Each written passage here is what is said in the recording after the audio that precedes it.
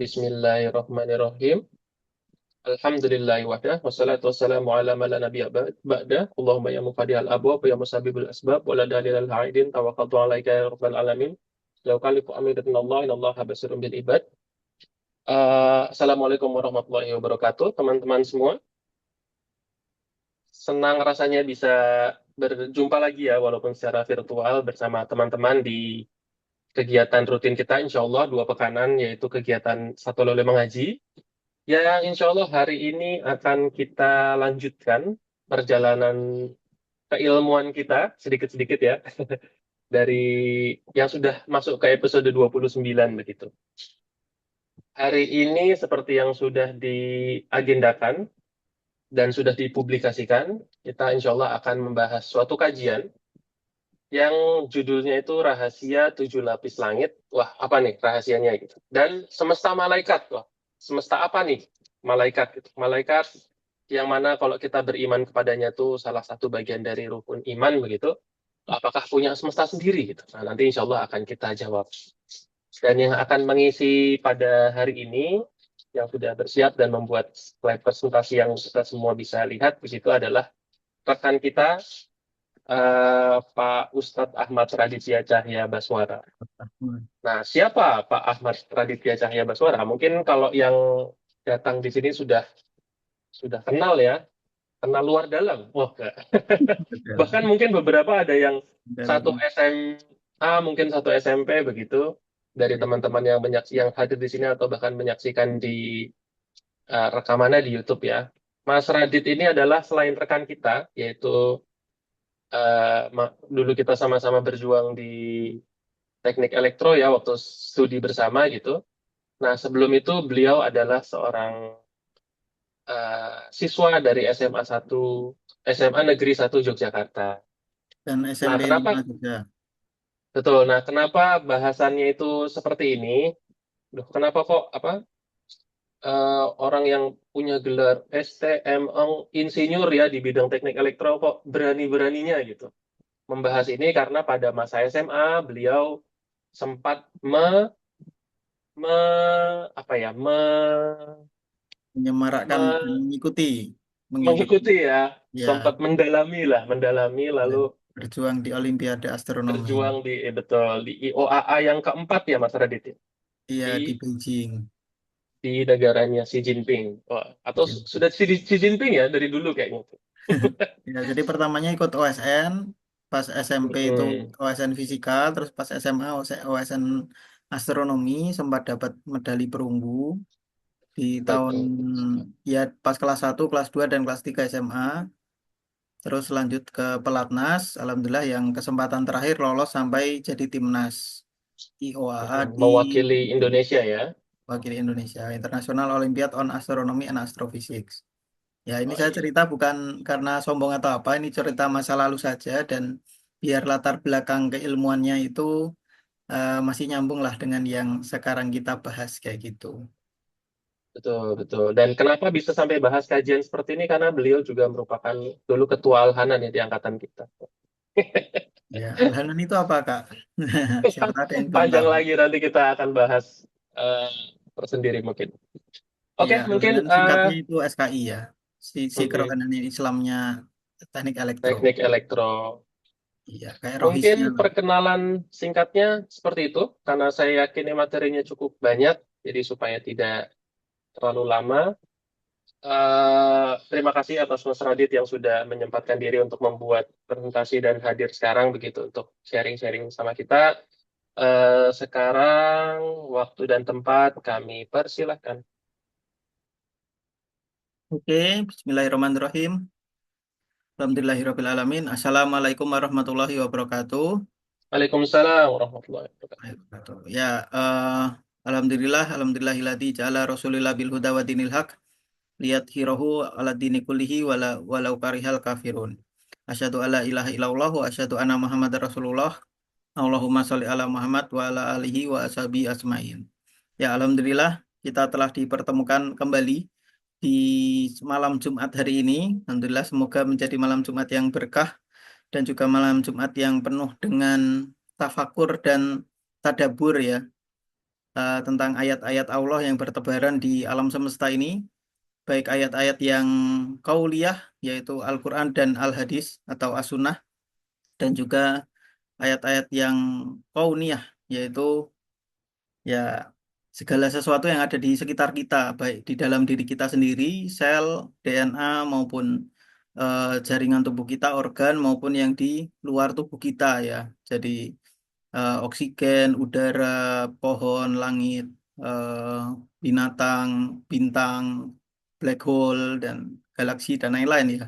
Itu semuanya adalah ayat-ayat kauniyah yang menunjukkan kekuasaan dan kemahaesaan Allah Subhanahu wa taala.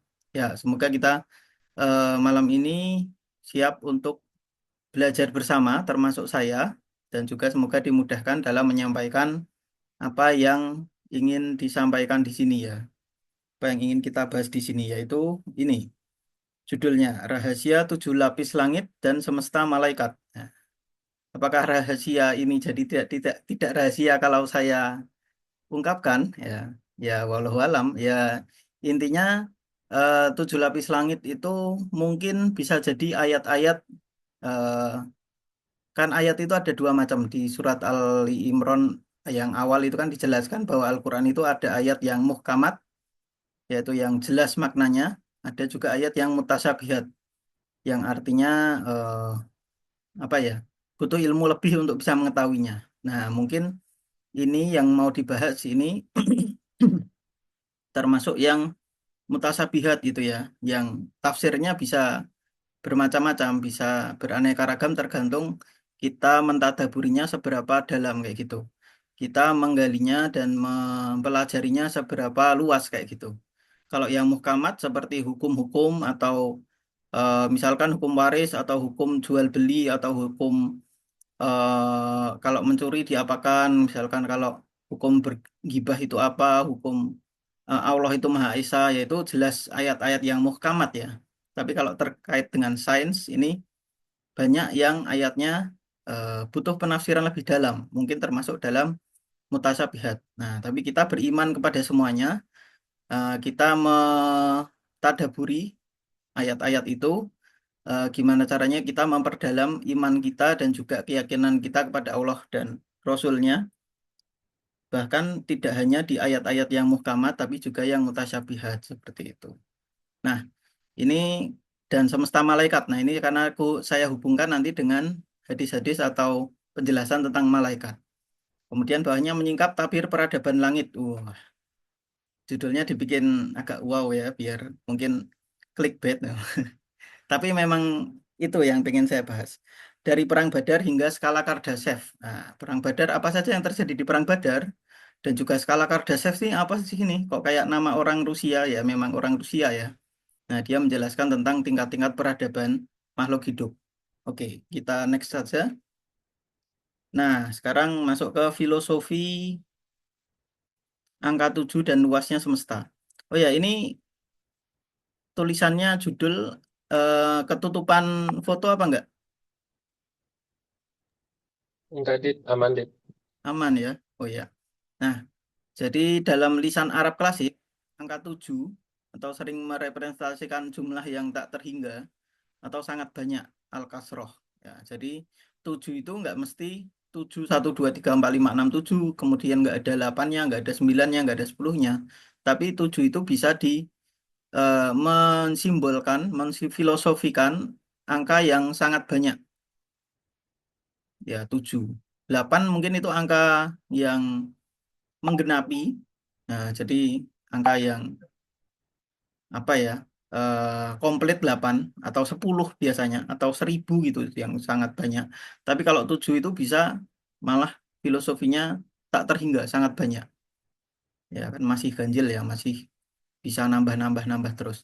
Nah, 7 lapis langit itu bukan sekedar angka nominal, melainkan dimensi yang berlapis-lapis dengan kompleksitas yang meningkat. Kalaupun ada orang yang mendefinisikan 7 lapis langit itu 7 lapis atmosfer gitu, dipas-pasin angkanya jadi 7. Nah, itu ya salah satu tafsirannya dia ya, salah satu hasil tadabbur dia. Tapi kalau kita persempit 7 lapis itu hanya atmosfer, akan sangat apa ya? pendek gitu. Padahal alam semesta itu sangat luas.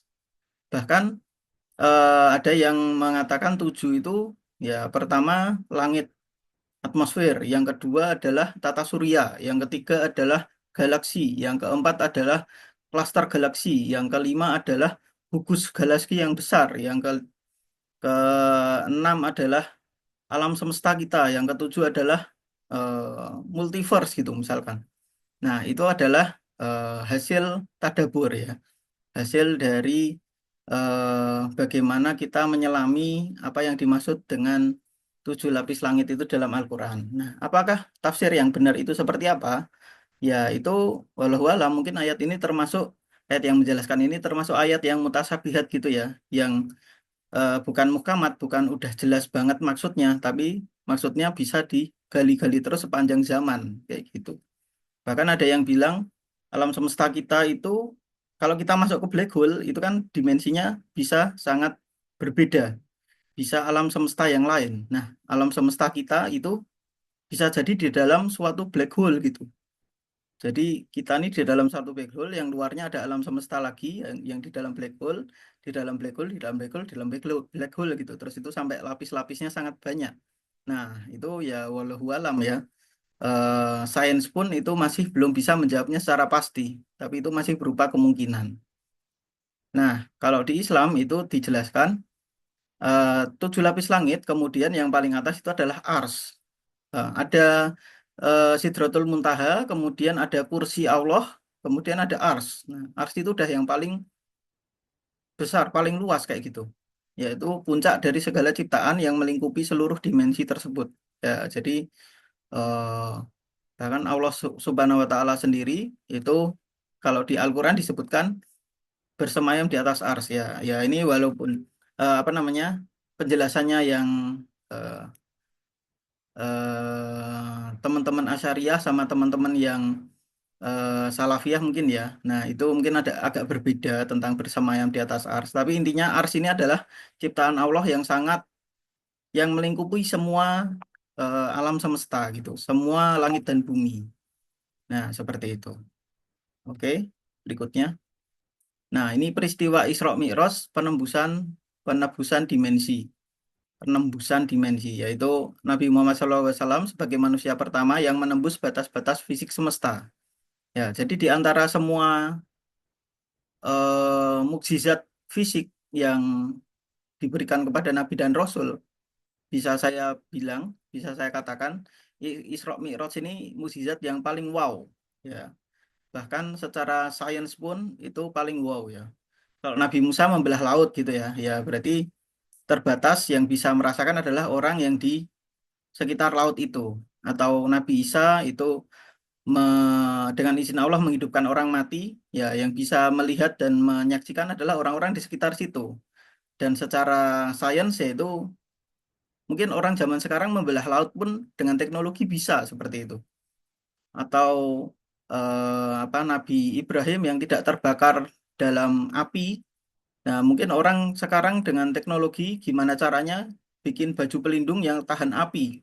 Nah, itu bisa orang masih jumawa gitu. Wah, ini mukjizatnya Nabi bisa saya bisa ngalahin gitu walaupun dengan rekayasa sendiri ya. Nah, tapi kalau Isra Mi'raj ini udah di luar batas kemampuan manusia ya, menembus langit dan bumi, menembus sampai langit ketujuh sampai Sidratul Muntaha dan bisa menceritakan apa namanya detail Masjidil Aqsa itu seperti apa, kemudian langit itu berlapis-lapis ditembus dalam waktu hanya satu malam, berarti ada apa ya pelipatan ruang dan waktu di situ. Mungkin ada yang bilang Nabi Muhammad bisa saja naik ke langit kemudian masuk ke lubang cacing kayak gitu, seperti ceritanya Interstellar itu ya. Kalau Interstellar itu kan lubang cacingnya di dekat Saturnus. Nah, kalau Rasulullah lubang cacingnya di mana nih? Wallahu alam. Mungkin bisa dirunut dulu pas peristiwa Isra Mi'raj tanggal sekian Masjidil Aqsa itu atasnya apa gitu. Mengarah ke langit mana? Ya, itu bisa jadi bahan riset ya. Nah, itu apakah naik ke langit, naik buruk, itu kemudian masuk ke lubang cacing, kemudian pindah dimensi atau ke dimensi yang lebih tinggi atau seperti apa ya? Itu teknologinya sangat maju dan sulit ditiru di zaman sekarang ya. Bahkan mungkin sampai ya manusia udah mau kiamat itu masih nggak bisa ya niru Isra Mi'raj itu ya. Kalau yang lainnya membelah lautan nggak terbakar api atau mungkin orang mati bisa diselamatkan lagi, kemudian hidup lagi dan lain-lain itu mungkin di masa depan walau alam mungkin bisa gitu. Tapi Isra Mi'raj ini udah mukjizat fisik yang sangat di luar batas kemampuan manusia seperti itu. Nah, ini perjalanan melintasi 7 lapisan langit dalam waktu singkat. Ya. Padahal ceritanya Isra Mi'raj itu sangat panjang ya. Mungkin kalau dilakukan dalam satu malam itu nggak mungkin, wong ceritanya banyak sekali ketika Isra Mi'raj ya. Nah, berarti Allah ini melipat waktu juga. Selain melipat dimensi, melipat ruang, juga melipat waktu. Jadi semalam itu bisa Rasulullah ngerasanya sangat lama gitu. Perjalanannya sangat diceritakan sangat panjang gitu. Nah, kemudian Sidratul Muntaha itu titik secret ya, yang sangat rahasia. Rahasia di atas rahasia, di atas rahasia, di atas rahasia. Ya, di mana hukum fisika duniawi tidak lagi berlaku dan bahkan malaikat tertinggi Jibril pun nggak bisa masuk. Ya, tidak diizinkan masuk. Padahal Jibril itu malaikat yang sangat kuat, sangat perkasa, komandannya atau jenderalnya seluruh malaikat. Nah, itu aja nggak bisa masuk, yang bisa masuk hanya Rasulullah SAW. Dan ini menunjukkan bahwa adanya realitas di luar jangkauan indera manusia biasa, kayak gitu. Jadi mungkin orang zaman dulu taunya ya materialistis ya, alam semesta ini ya cuma ini yang kita bisa rasakan dan kita bisa indera gitu. Tapi ya ternyata nggak itu. Sains pun membuktikan akan ada dimensi-dimensi yang di luar batas kita. Misalkan kelengkungan ruang dan waktu di dalam black hole itu tak hingga. Nah, gimana tak hingga itu membayangkannya seperti apa ya? Maka otak dan indera manusia itu sangat terbatas jika ingin memahami seluruh alam semesta ini, seluruh ciptaan Allah ini. Oke, nah sekarang masuk ke ini nih, Fermi Paradox. Apa itu Fermi Paradox? Fermi Paradox dan misteri kehidupan luar angkasa. Nah, pertanyaan besarnya adalah, jika alam semesta begitu luas dan banyak planet layak huni, ini layak huni ya maksudnya. Mengapa kita belum menemukan kehidupan di luar bumi yang sering disebut alien gitu ya?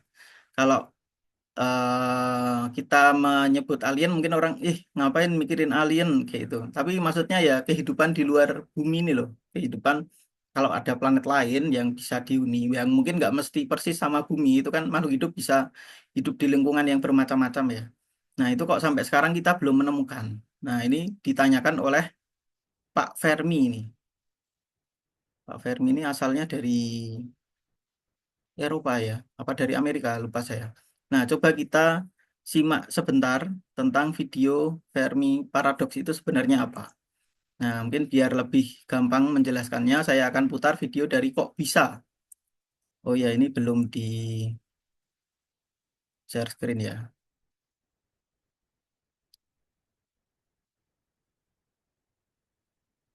Oke, sudah kelihatan videonya atau belum? Sudah, Sudah. PLC. Nah, kita akan memahami Fermi Paradox itu apa, hubungannya dengan yang kita bahas itu apa. Coba kita tonton ini dulu. Alam semesta kita ini seperti tak terhingga.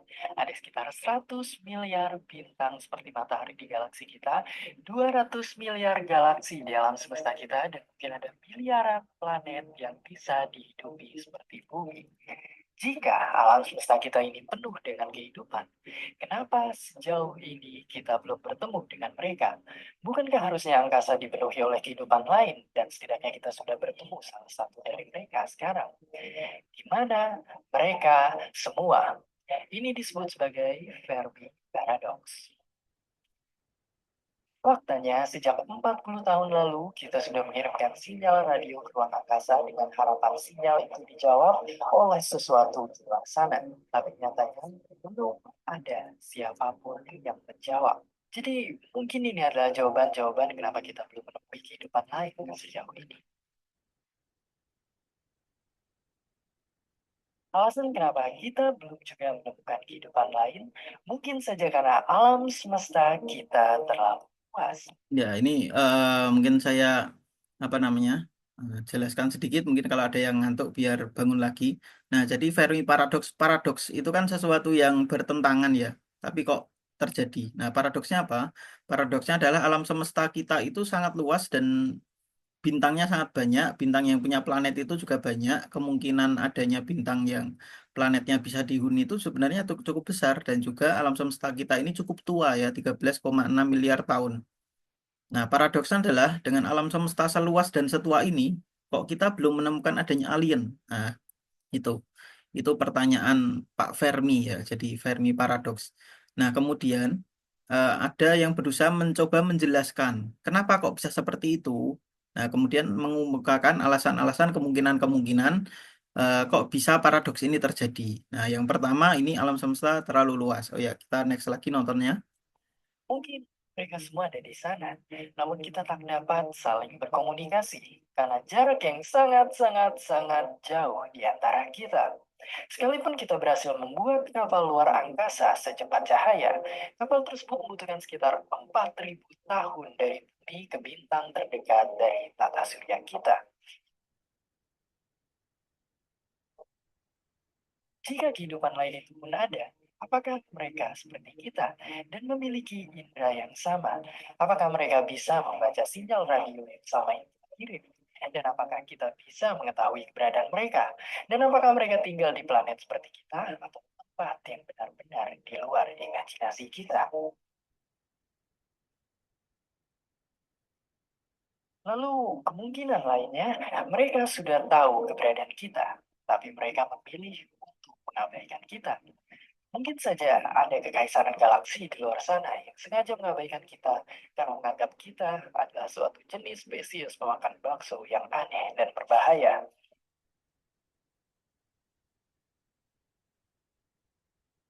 Mungkin ada jutaan kehidupan di luar sana, namun sosoknya tak seperti yang kita bayangkan.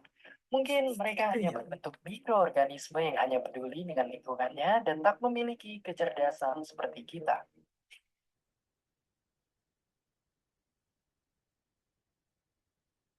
Atau justru kehidupan, termasuk kita, pada dasarnya memiliki insting untuk menghancurkan dirinya sendiri. Sehingga mereka semua berakhir punah di planetnya sebelum dapat jelajah luar angkasa.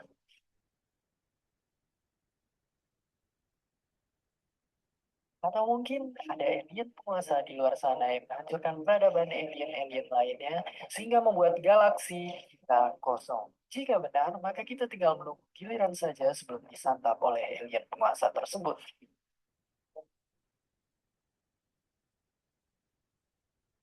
Meskipun terdengar lucu, tapi mungkin saja mereka ada di antara kita, sedang mengintai kita dengan tujuan yang tak diketahui.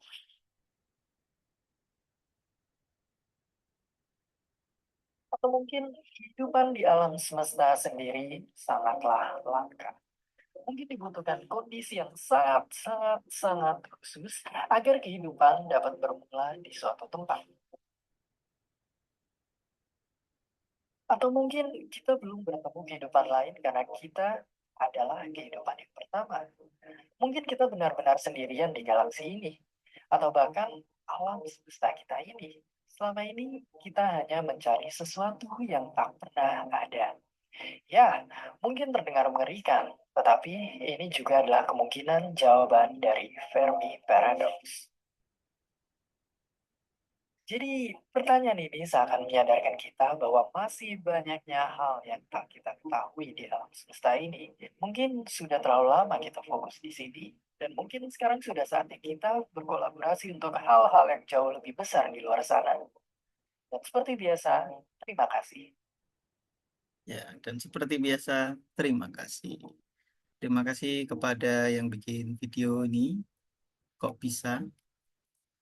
Nah, sebenarnya saya tahu Fermi Paradox itu awalnya dari videonya Kurt Gezard ya. In the nutshell, kalau yang di YouTube itu ya, Kurt Gezard namanya, bahasa Jerman. Nah, tapi kalau saya nayangkan yang itu, sepertinya terlalu cepat videonya itu. Saya aja nontonnya harus di stop-stop atau diulang-ulang gitu karena dia ngomongnya cepat bahasa Inggris dan juga ada diselipin guyon-guyon di dalamnya, jokes-jokes kalau enggak belum ngerti, belum nangkep, nanti malah jadi bingung kayak gitu. Jadi saya lebih milih videonya kok bisa ini, karena videonya temponya lebih apa namanya, lebih enak gitu, pace-nya lebih cocok dan juga fokus di satu tema, yaitu yang Fermi Paradox, yang menjelaskan tentang Fermi Paradox. Nah, kita di sini eh, apa namanya, berpikir seperti ilmuwan yang tanpa dipandu agama dulu. Nah, mereka kan mikir ada paradoks Fermi. Jawabannya apa? Bentar, share screen. Nah, jawabannya terus mereka kira-kira. Kira-kira jawabannya apa? Terus ada beberapa pilihan tadi ya. Nah, bisa ini namanya the great silence. Kenapa kok sangat sepi alam semesta ini? Kenapa kehidupan yang kita temukan baru di sini? Ada yang mengatakan karena terlalu jauh jaraknya, yaitu berlaku kalau kehidupan di luar angkasa sana teknologinya sama kayak kita ya. Ya 11-12 lah. Nah, itu masih terlalu jauh. Tapi kan alam semesta ini umurnya udah 13 miliar tahun nih. Kalau ada kehidupan yang lahir duluan, yang udah beratus ribu tahun lebih cepat dari kita, dan tidak punah, tidak meledakkan diri sendiri atau perang nuklir sendiri terus kiamat gitu, terus punah. Nah, harusnya jarak itu juga tidak masalah bagi mereka. Ya, terus ada yang mengatakan inderanya berbeda. Ya, inderanya berbeda, tapi kalau makhluknya sederhana ya mungkin nggak bisa mendengar kita gitu ya. Atau kita tidak pernah, misalkan bumi pas zaman dinosaurus, kemudian dinosaurus tidak punah, kemudian mamalia tidak tumbuh. Nah, mungkin yang ada di bumi itu makhluk cerdasnya sedikit gitu. Dinosaurus hanya mengandalkan kekuatan, ketangkasan, dan juga kecepatan. Nah, tapi yang mengandalkan otak, mengandalkan ilmu pengetahuan itu tidak tumbuh. Nah, bisa jadi itu di planet lain keadaannya seperti itu. Ya, jadi evolusinya itu tidak menuju ke kecerdasan, tapi hanya kekuatan, kecepatan, dan ketangkasan kayak gitu. Nah, bisa jadi kayak gitu. Atau bisa jadi apa namanya? Mereka tuh sebenarnya ada, tapi kita diabaikan karena kita, wah, makhluk apa sih ini masih primitif gitu. Kayak apa namanya? Squidward lihat kehidupannya SpongeBob dan Patrick itu sangat primitif gitu. Ya, kemudian nggak mau mampir ke sini karena nanti kalau mampir malah teknologinya dicuri atau apa, nanti malah jadi kita terserang sendiri. Atau mungkin di luar sana itu sebenarnya ada, tapi mereka masih memantau kita, lihat kita, nggak memunculkan diri. Manusia nih gimana nih kehidupannya, nanti berbahaya nggak buat kita dan seterusnya. Nah, karena ilmuwan ini juga bebas ya, berpikirnya bebas, jadinya ya mereka masih bertanya-tanya, ini sebenarnya kayak gimana. Tapi kalau dalam Islam gimana? Apakah ada makhluk lain yang diciptakan sebelum kita? Ya, jawabannya ada ya. Jawabannya yaitu malaikat. Malaikat itu diciptakan sebelum manusia dan juga jin. Jin walaupun tidak secerdas manusia, tidak sepintar manusia, tapi mereka diciptakan jauh-jauh dari sebelum manusia diciptakan. Nah, bisa aja walaupun progresnya nggak secepat manusia, tapi kalau lebih dulu peradabannya 2000 tahun atau misalkan lebih dulu 1 juta tahun atau 500 juta tahun kan bisa aja teknologinya lebih canggih ya. Nah, tapi ya ini yang mau kita bahas. Oke, selain Fermi Paradox, ada lagi yang mau saya bahas, yaitu adalah tentang filter, the great filter. Apa itu the great filter? Nah, itu salah satu usaha untuk memahami jawaban dari pertanyaan Fermi Paradox. Oke, saya akan coba putar video dari kok bisa lagi. Saya coba share screen.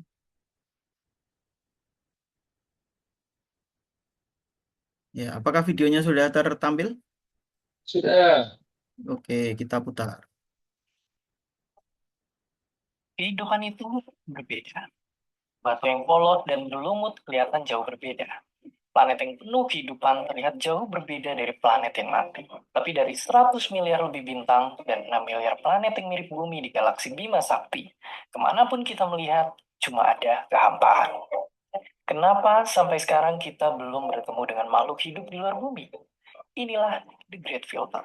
Dan ini adalah tantangan terbesar kita sebagai umat manusia untuk bertahan.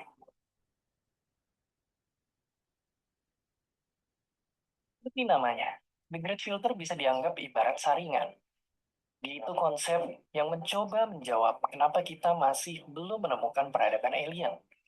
Dan biar kebayang, coba kita gambarkan tahapan perkembangan kehidupan jadi beberapa level.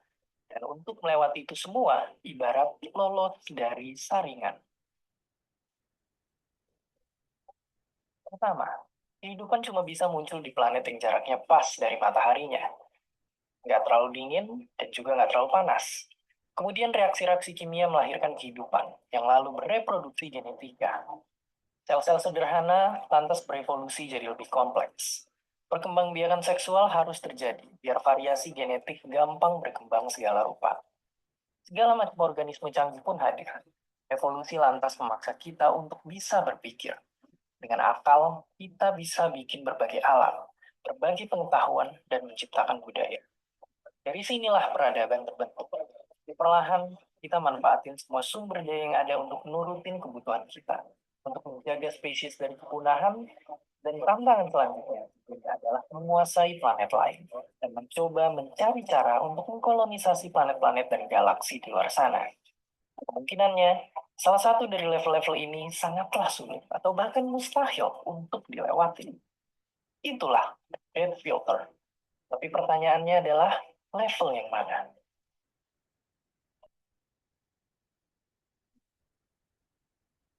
Tantangan terbesarnya, kita nggak tahu apakah The Great Filter ini ada di belakang atau di depan kita. Mungkin kita beruntung dan The Great Filter ada di belakang kita.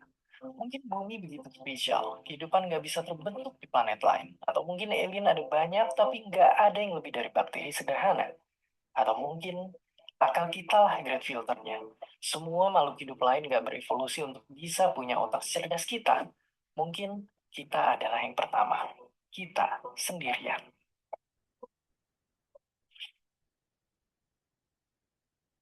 Tapi mungkin juga Great Filter ada di depan kita. Kalau benar begini, satu kata, bahaya. Berarti filter ini udah ngancurin semua peradaban maju yang mendahului kita. Sesuatu akan musnahin umat manusia dan kita nggak tahu apa. Dan Great Filter ini bisa hadir dalam berbagai bentuk. Mungkin dari bumi sendiri, mungkin dari luar sana. Atau mungkin juga Great Filter hadir dari tangan kita sendiri. Mungkin semua spesies yang bisa manfaatin sumber daya planetnya emang cenderung akan rakus. Lalu tanpa sadar, mengubah planetnya menjadi neraka.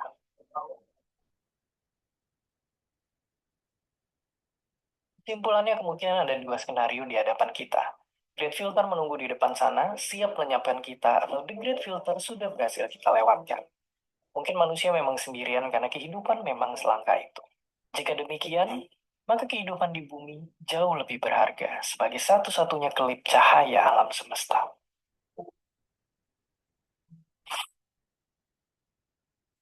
Jadi, ada misteri apa di luar sana? Ayo sama-sama pahami jawabannya di buku pertama, Kok Bisa?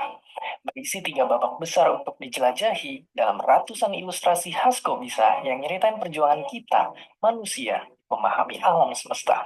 Kayak fakta dan cerita dan penuh warna dari halaman pertama. Dan selain ngebuka imajinasi dan rasa ingin tahu tentang luar angkasa, buku ini juga jadi salah satu cara terbaik untuk kamu mendukung Kok Bisa. Kalau ternyata banyak yang suka, nggak tutup kemungkinan akan ada buku-buku Kok Bisa lainnya yang menunggu untuk dilahirkan. Klik link di deskripsi untuk membuat buku ini, jadi nggak cuma kamu lihat di layar, tapi akan segera sampai di rumah kamu. Dan siap mengajak kamu untuk berpetualang di antara bintang-bintang. Dan seperti biasa, terima kasih. Ya, seperti biasa, terima kasih. Ya, jadi stop stop. Nah, tadi inti utamanya adalah apa sih? Grid filter. Grid filter itu filter yang harus dilewati oleh kehidupan di alam semesta ini agar eksis, tetap eksis. Bisa. Nah, jadi jawaban Fermi paradoksnya kenapa kok kita belum menemukan belum menemukan kehidupan lain, karena kehidupan lain itu tidak lolos ketika melewati grid filter. Nah, ini saya share screen dulu yang PPT-nya.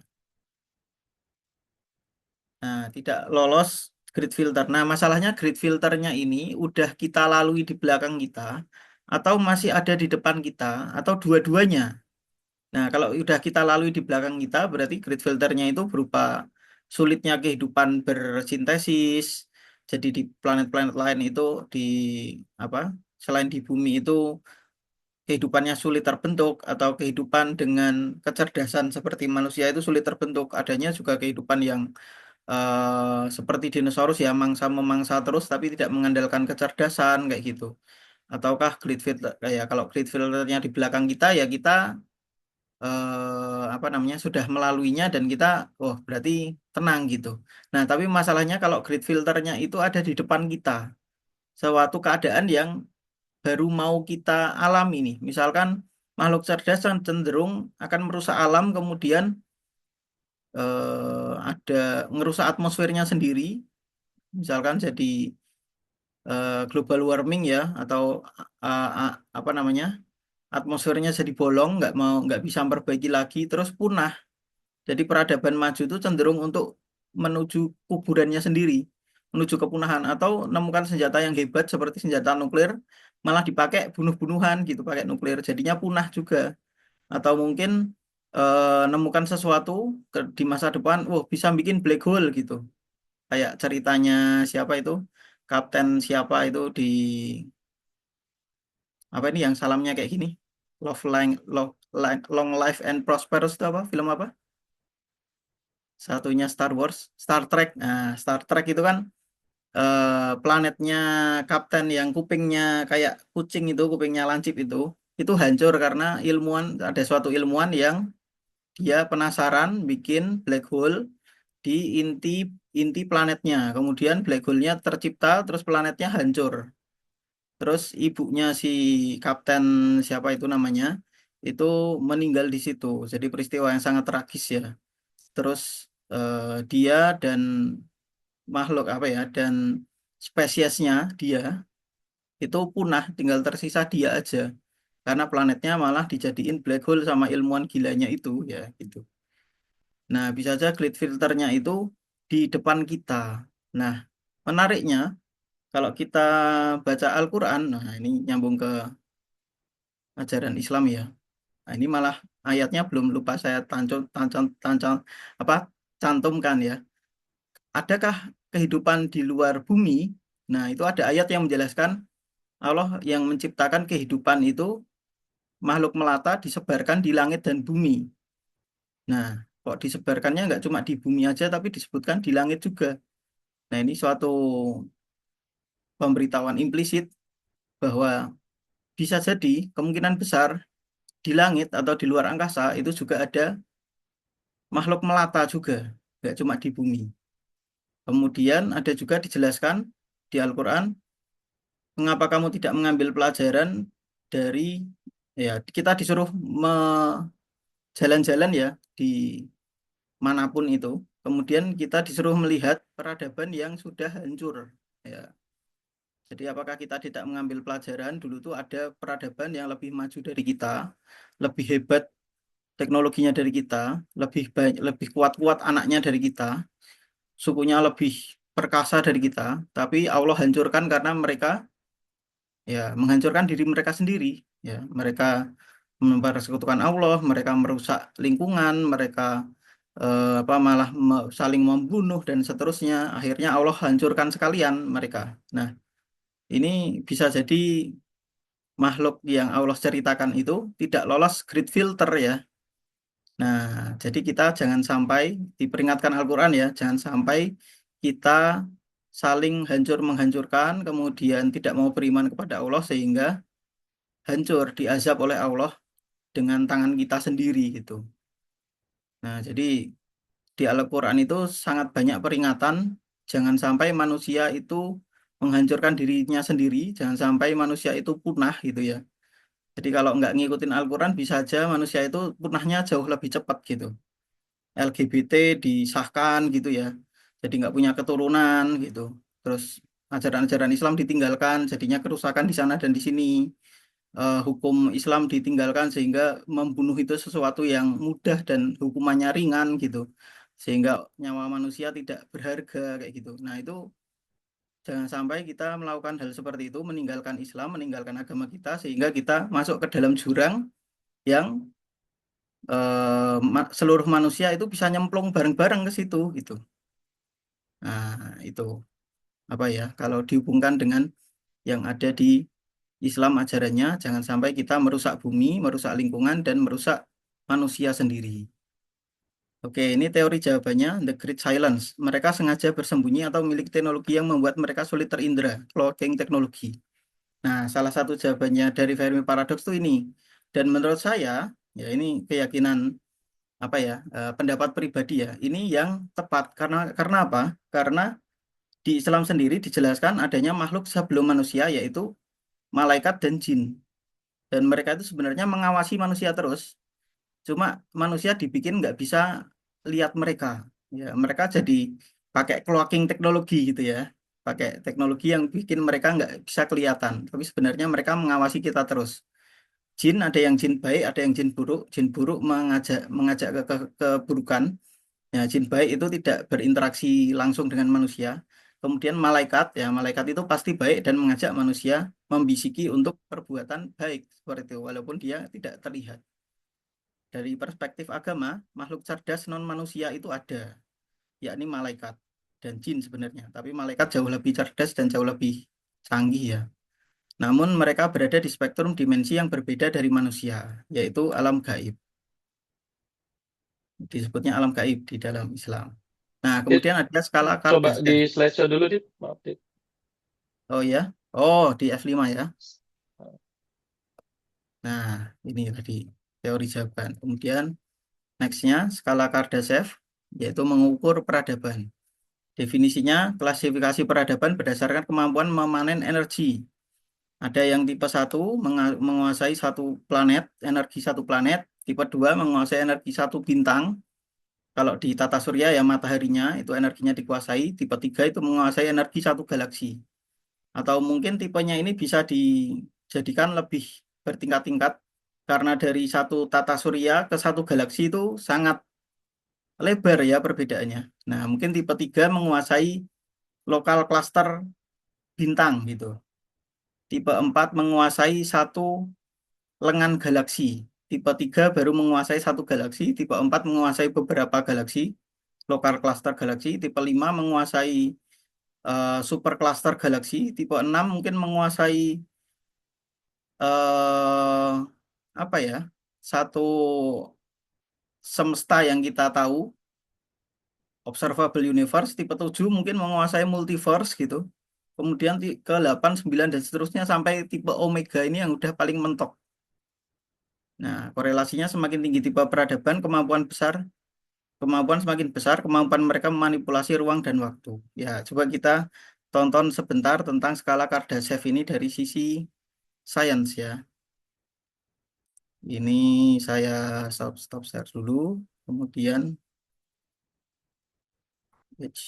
share PLC. Kemudian saya masukkan skala. Pernah ngebayangin nggak gimana jadinya kalau Ya, kita hidup di peradaban maju kayak di film-film kayak gini? silakan Ke ditonton Mars dulu. itu segampang mudik lebaran. Pernah ngebayangin nggak gimana jadinya kalau kita hidup di peradaban maju kayak di film-film kayak gini? Wisata ke Mars itu segampang mudik lebaran atau belanja online bisa dari Venus. Nah, dulu kita udah ngebahas soal ide gila nguasain matahari. Tapi kalau bumi dan matahari udah, mungkinkah kita dalam tanda kutip naik level? Bisakah kita nguasain galaksi dan sakti?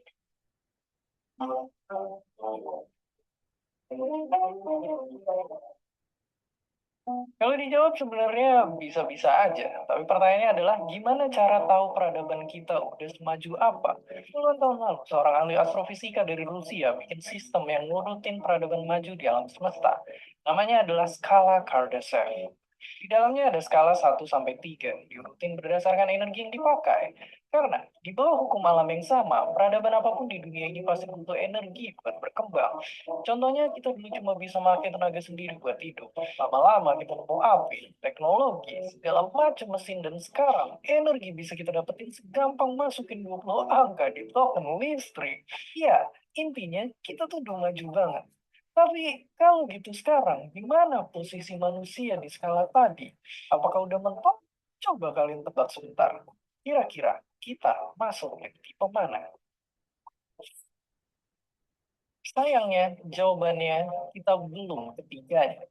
Saat ini, kita masih ada di tipe 0, atau palingan 0,7. Kenapa begitu? 0,7. Jadi peradaban tipe 1, kita harus bisa manfaatin seluruh energi planet bumi. Artinya kita bisa ngontrol cuaca, bencana alam, atau bahkan bangun kota di bawah laut. Menurut fisikawan ini, sekarang mungkin kita bisa aja sampai di pesat, tapi butuh sekitar 100 tahun lagi. Dan setelah bumi, target selanjutnya jelas dibesar. Inilah dia tipe 2, di mana kita harus udah menguasain bintang kita, matahari. Untuk manfaatin 100% energinya, kita bisa membangun bola Dyson. Kayak yang kita bahas tadi. Dan habis itu, nggak cuma ambil energinya, kita juga harus bisa mengontrol bahkan memindah mataharinya. Dan barulah di tipe 3, manusia harus sudah bisa manfaatin 100% energi dari satu galaksi. Nggak cuma bintang, tapi semua benda-benda di luar angkasa ini. Di peradaban ini mungkin kita udah dan juga budaya kuliner terbaru dengan manusia. Tapi yang kita tahu juga, alam semesta itu tidak ada ujungnya. Bahkan ada lebih dari 100 miliar galaksi di alam semesta yang kita amati. Jadi, apakah ada skala yang lebih tinggi lagi?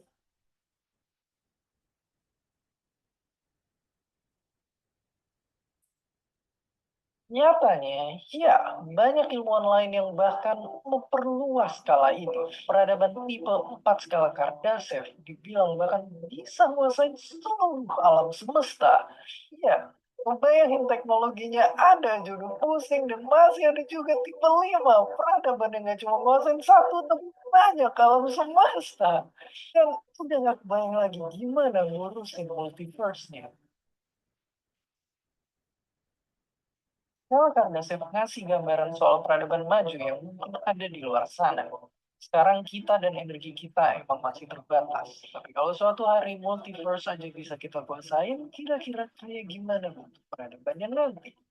Apapun itu yang penting, asal jangan sampai ketemu sama penjahat super aja. Dan seperti biasa, terima kasih. Iya, penjahat super. Jangan sampai ketemu dengan penjahat super aja. Kalau di Islam jelasin penjahat super itu apa aja, ada apa aja. Kok bisa? Punya pertanyaan lagi? Tulis aja di kolom komentar di bawah. Keep asking and stay curious. Stay curious. Dajjal, Dit. Bentar. Ini saya share screen lagi PPT-nya. Nah ini, tanya nih sama teman-teman. Kalau di Islam, penjahat super kuat itu apa aja yang disebutin? Slideshow dulu, Dit. Maaf. Apa? Slideshow di full screen. Ya, slideshow udah. Yuk, biar nggak ngantuk nih teman-teman, tak tanyain. Kalau di Islam itu dijelaskan, dinubuatkan oleh Nabi Muhammad, itu penjahat supernya ada siapa saja. Dajjal, Dit. Dajjal, ya Dajjal. Dajjal tuh yang teknologinya tinggi ya, bisa nurunkan hujan, bisa mengendalikan cuaca, bisa nurunkan makanan dari langit dan seterusnya. Ngeri. Fitnahnya sangat mengerikan. Terus ada lagi siapa? Iblis, Dit. Iblis, ya Iblis juga penjahat supernya ya. Tapi Iblis nih sama malaikat, ya kalau sama Jibril ya menang Jibril ya. Iblis digelutin sama Jibril, cuma Iblis nih ditangguhkan nyawanya, minta ditangguhkan nyawanya sampai hari kiamat ya. Penjahat supernya lagi siapa? Ya tanya aku, Dit. Tanya apa?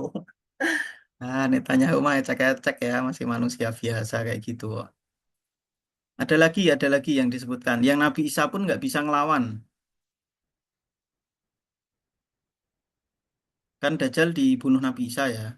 Nah, tapi ada nih penjahat super yang Nabi Isa pun nggak bisa ngelawan nih, harus bersembunyi di gua, bersembunyi. Ada yang tahu? Ya Adinanda, Jus, Pak Adinanda. Jus. Ya, ya Jud Makjud ya itu juga. Nggak tahu datangnya dari tipe peradaban berapa itu ya. Sampai katanya sungai Sungai Tiberias, Danau Tiberias diminum sampai habis. Segala resource di bumi itu sampai habis. Manusia dibunuh-bunuhin semua. Dia nembak panah ke langit sampai penduduk langit pun tewas gitu.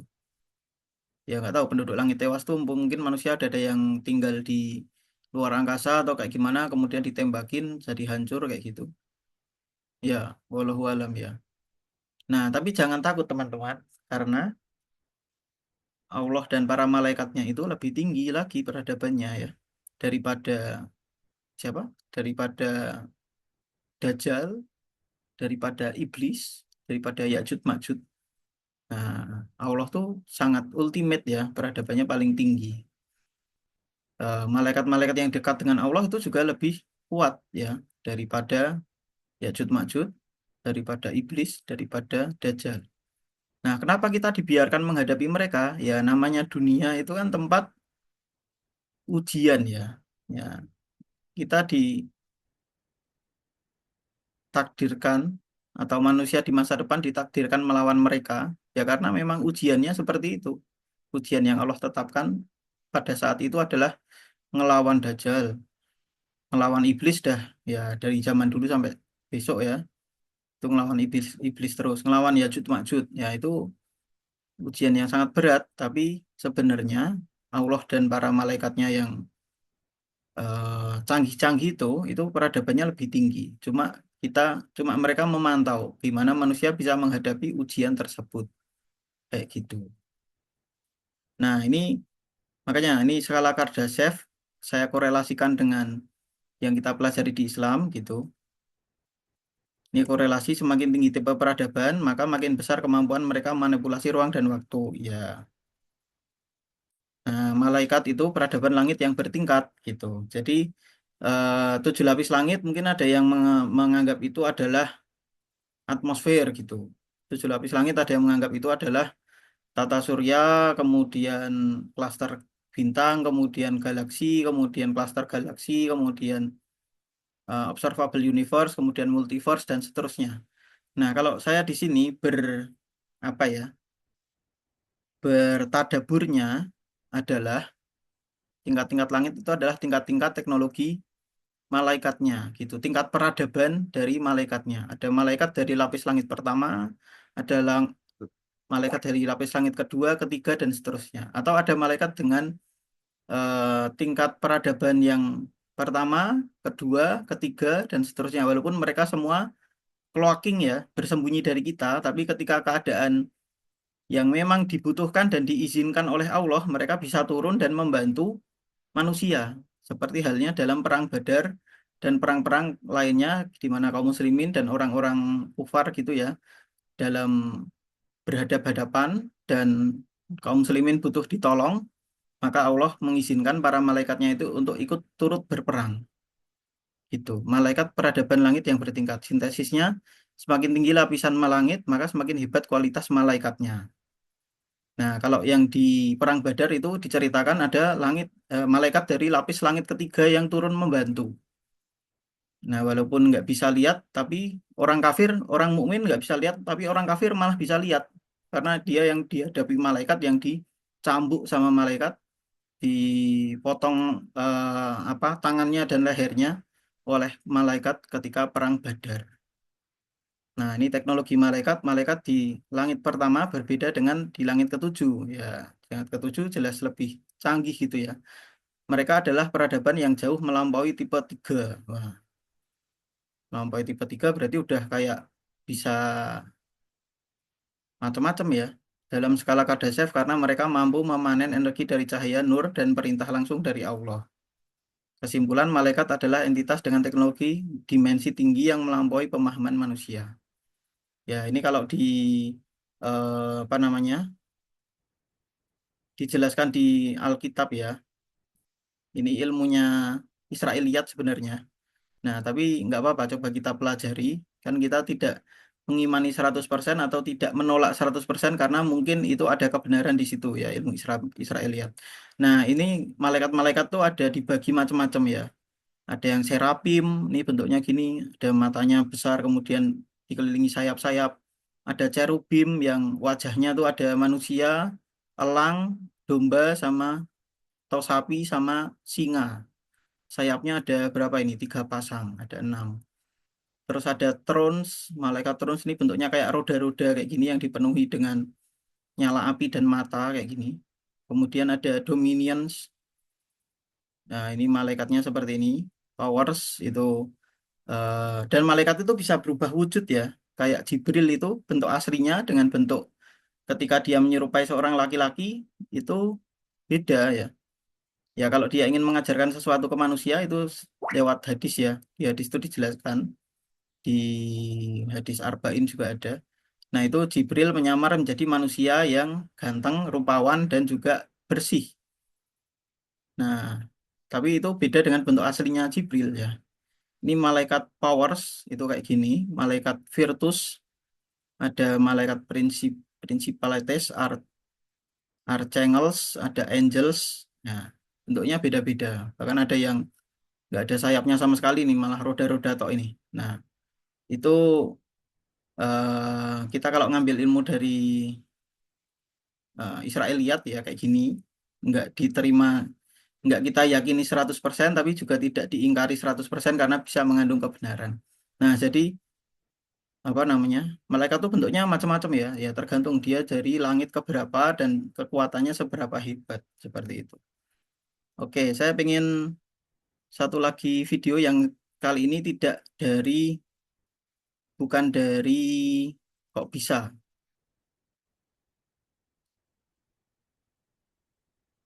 screen, tapi dari, bentar, Kok nggak bisa? kok nggak bisa? Loh, ini mana ya?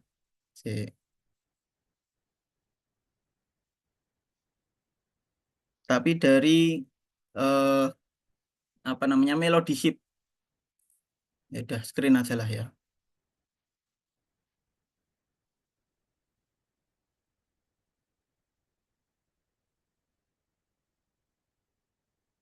Life Beyond Three. Ya. Suaranya masuk nggak? Suara videonya Belum. masuk nggak? Yang tadi sih masuk, Dit. Yang sekarang Nggak ya? mungkin masih kekecilan nggak suaranya? Nggak. Ini karena aku share share entire screen. Jadi bukan share videonya. Harusnya share videonya aja.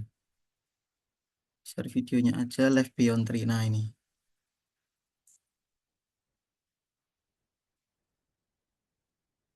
Suaranya masuk sekarang? Mau jatuh itu termos. Saya bawa termos ini air panas. Termos mau jatuh di sini. Di bawah ini streamingnya buat Ada apa bikin Pak Adinantera? kopi. Ustadz Adi mau Masuk. jatuh apa yang mau jatuh? Ini sekarang suaranya masuk ya? Kayak belum kedengaran, Dit. Jangan-jangan videonya memang belum ada suaranya di awal. Gimana gimana suaranya masuk nggak? Belum kedengaran apa-apa di aku. Oh iya. Jangan-jangan maksudnya videonya di awal memang masih kecil suaranya nggak? Atau dilanjutin dulu aja? Coba ya.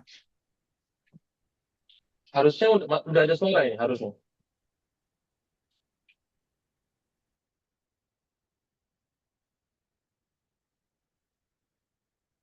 Suaranya udah kenceng banget nih di aku.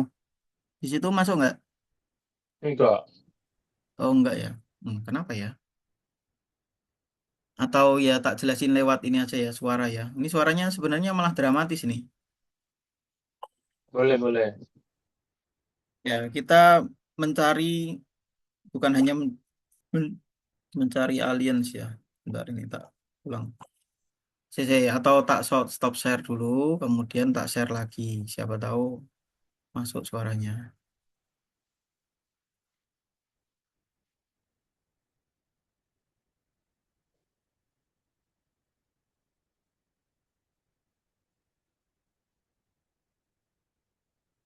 The search for alien life, finding even a tiny microbe will be historic. Jadi menemukan mikroba aja udah sangat historik ya.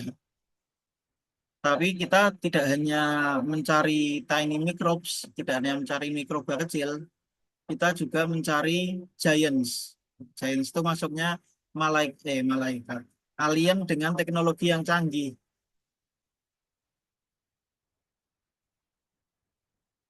Jadi ilmuwan kan pada penasaran, apakah mereka di luar sana?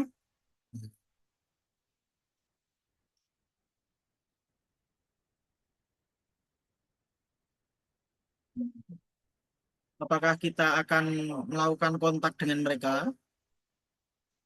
Teknologinya seperti apa? Seberapa powerful mereka? Nah, ini ada penggambarannya kayak malaikat Trons tadi ya, bentuknya roda-roda kayak gini.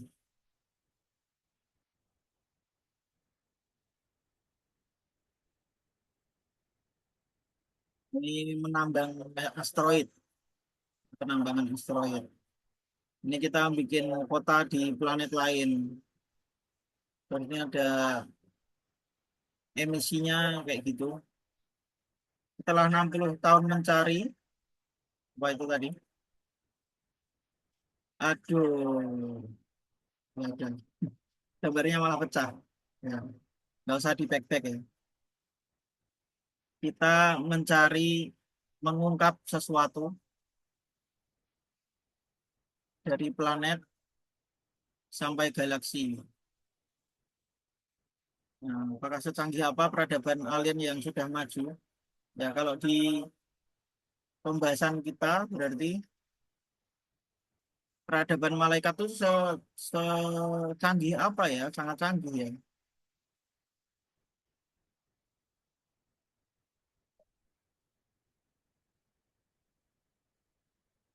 Chapter 3, In Search of Giants. Ya, ini sekalian promosi nih di YouTube ada channel yang sangat bagus, menarik yaitu namanya Melody Ship. Nah, ini adalah apa namanya? Trailer film mereka. Life Beyond yang ketiga. Jadi ada Life Beyond pertama itu mencari makhluk luar angkasa yang mikroba tadi. Life Beyond kedua itu mencari alien yang apa namanya setingkat sama kita, kayak hewan-hewan yang ada di bumi kayak gitu. Atau mungkin kecerdasannya sama kayak kita. Life Beyond 3 itu mencari kehidupan di luar bumi yang lebih cerdas dari manusia. Nanti ada Life Beyond 4, ada film-film lainnya juga. Nah, itu bisa di-subscribe dan ditonton videonya di Melody Ship tadi ya.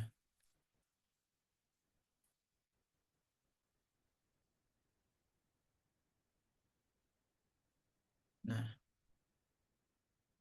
suaranya masuk nggak tadi videonya nggak ya? Enggak, Dit. Oh, enggak. Ya, coba mungkin ku close dulu. Dit, tapi 8 menit lagi jam 9. Waduh. Reminder saja. Ya, ya, ya, ya, ya. Ini zoomnya mana ini?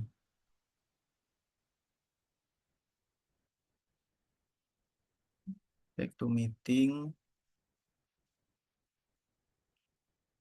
8 menit lagi berarti video yang lainnya harusnya ada 2 lagi tapi nggak usah. Share. Oke. Nah, bagaimanapun canggihnya peradaban malaikat, nah ini, oh belum sampai situ. Nah, ini coba kita lihat di tadi saya Slideshow dulu, ceritain. Dit. Maaf, Dit, di full screen. Oh ya, bagaimanapun, bukan bagaimanapun. Coba kita lihat intervensi malaikat di sejarah, yaitu di Perang Badar salah satunya. Turunnya malaikat secara berangsur-angsur 1.000, 3.000, hingga 5.000. Malaikat bukan sekedar roh, tapi juga pasukan dengan kekuatan tempur yang luar biasa. Turunnya mereka dari lapisan langit menunjukkan mobilisasi kekuatan dari dimensi tinggi ke dimensi rendah untuk membantu kaum muslimin kayak gitu. Jadi malaikat yang dimensinya lebih tinggi itu diizinkan Allah untuk turun ke langit dunia, kemudian masuk ke medan perang, kemudian membantu kaum muslimin. Ini ayatnya. Nah, ini langsung aja tak bacain artinya karena ya ini nanti bisa dibaca ya, slide-nya bisa dibagi. Ingatlah ketika kamu memohon pertolongan kepada Tuhanmu lalu Dia mengabulkannya bagimu seraya berfirman, sesungguhnya aku akan mendatangkan bala bantuan kepadamu berupa 1.000 malaikat yang datang berturut-turut. Ya, jadi Al-Anfal ayat 9. Itu kan di perang Badar kaum muslimin 313 orang ya. Nah, kalau di sejarah. Kemudian orang kafirnya ada 1.000 berapa kayak gitu.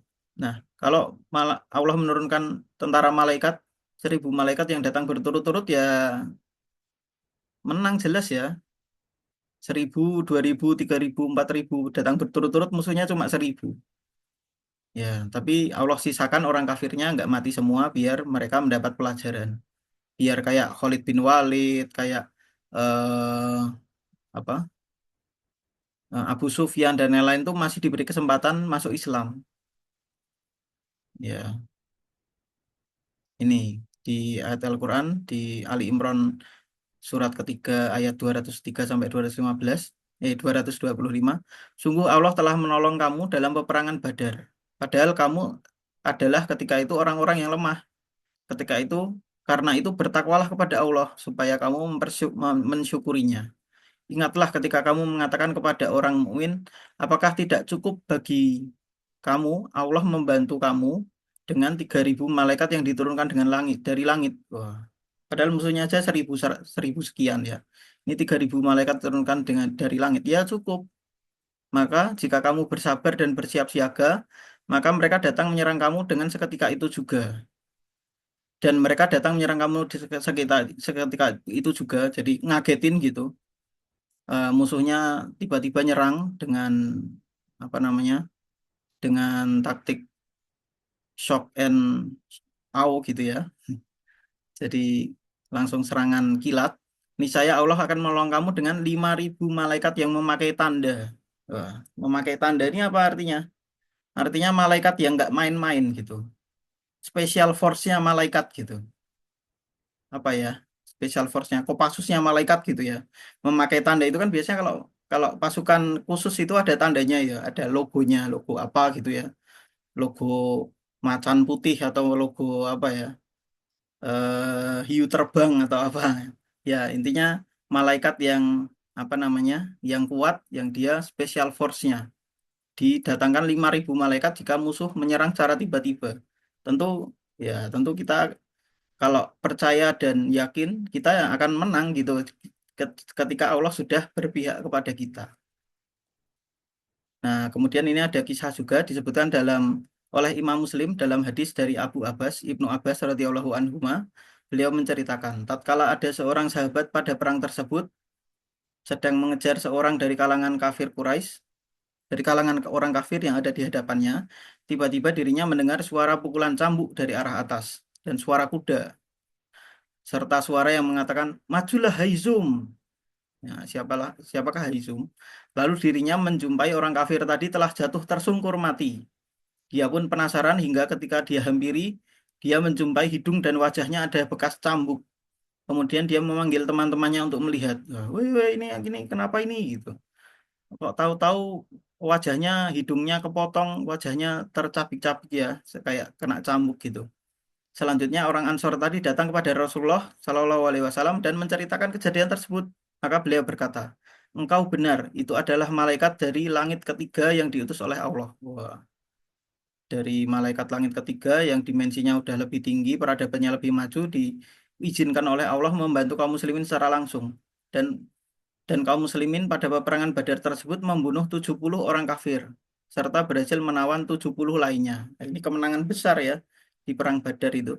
300-an kaum muslimin orangnya, manusianya melawan 1.000-an kaum kafir yang kaum musliminnya itu belum siap, baru pakai senjata seadanya, sedangkan kaum kafirnya tuh 1.000 orang tuh udah bersenjata lengkap gitu. Kayak kalau zaman sekarang udah pakai tank, udah pakai drone, sudah pakai pesawat, udah pakai macam-macam. Nah, kaum musliminnya tuh baru seadanya. Nah, disitulah Allah menurunkan pertolongannya, diizinkannya malaikat untuk ikut berperang dalam perang Badar. Kemudian Jibril datang kepada Nabi Shallallahu Alaihi Wasallam dan mengatakan, menurut kamu siapa orang yang ikut perang Badar itu? Maka beliau menjawab, mereka adalah sebaik-baik kaum muslimin, atau kalimat yang semisalnya, yang rawinya rada ragu. Kemudian Jibril menambahkan, demikian pula malaikat yang ikut peperangan ini. Nah, jadi Ahlul Badar itu tingkatnya tinggi di antara kaum muslimin itu. Orang yang Allah takdirkan, Allah apa namanya, izinkan dan takdirkan untuk menjadi pasukan Badar. Itu derajatnya tinggi. Demikian pula malaikat-malaikat yang Allah izinkan untuk ikut perang Badar itu juga tingkatnya tinggi juga di antara para malaikat. Ya, seperti itu. Jadi kalau para sahabat itu kan bertingkat-tingkat ya. Rasulullah, kemudian yang paling dekat dengan Rasulullah Abu Bakar, kemudian Umar, kemudian Utsman, kemudian Ali, kemudian 10 sahabat yang dijamin masuk surga. Ya, kemudian ya Hamzah itu juga tingkatnya tinggi, tapi kan beliau meninggal sebelum Rasulullah meninggal ya. Nah, udah jelas masuk surga sampai disolatin Rasulullah berkali-kali kan. Hamzah itu pamannya Rasulullah yang sangat setia membela Rasulullah. Nah, kemudian Ahlul Badar, kemudian orang-orang yang berbaiat di bawah pohon ketika mau Fatul Mekah ya, sebelum Fatul Mekah, ketika mau perjanjian Hudaybiyah, kemudian ya ada tingkat-tingkatannya derajat para sahabat itu. Nah, para Ahlul Badar itu derajatnya termasuk yang tinggi. Setelah 10 sahabat yang dijamin masuk surga, nah itu terus Ahlul Badar. Nah, malaikat juga yang Ahlul Badar, yang ikut perang Badar itu juga derajatnya tinggi di antara para malaikat. Nah, kemudian ini jelaskan Jibril. Ini adalah Jibril sedang memegang kepala kudanya dan ia membawa peralatan perang. Ya. Jadi malaikat itu kan tugasnya macam-macam. Nah, kalau Jibril selain membawa wahyu, menyampaikan wahyu ke Nabi dan Rasul juga sebagai panglima perang, sebagai jenderal perangnya, panglima perangnya para malaikat. Oke. Jadi malaikat yang paling gagah lah, paling tangguh itu Jibril. Kemudian di Al-Quran dijelaskan yang diajarkan kepadanya oleh Jibril yang sangat kuat, yang mempunyai akal yang cerdas, dan Jibril itu menampakkan diri dengan rupa yang asli. Nah, oleh Allah pun disebutkan Jibril itu kuat, kemudian akalnya cerdas, kemudian menampakkan diri dengan rupa asli. Nah, itu bahkan dipuji oleh Allah di dalam malaikat, di dalam Al-Quran ya. Jibril itu dipuji oleh Allah dalam Al-Quran. Nah, ini kalau kita mau lihat kekuatan Jibril dalam mengazab kaum Nabi Lut. Nah, tapi ini sebelahnya bukan gambaran Jibril nih ya. Jibril nggak kayak gini. Jibril tuh gambarannya sayapnya, kalau dalam wujud aslinya, sayapnya tuh sampai menutup ufuk, sampai langit tuh ketutup semua sama sayapnya malaikat Jibril. Saking banyaknya sayapnya. Itu. Nah, kalau ini mungkin ini malaikat lain ya, malaikat Tron tadi kalau itu yang di gambar-gambar tadi apa dari baca dari ahli kitab. Oke, ini kekuatan Jibril dalam mengazab kaum Nabi Lut.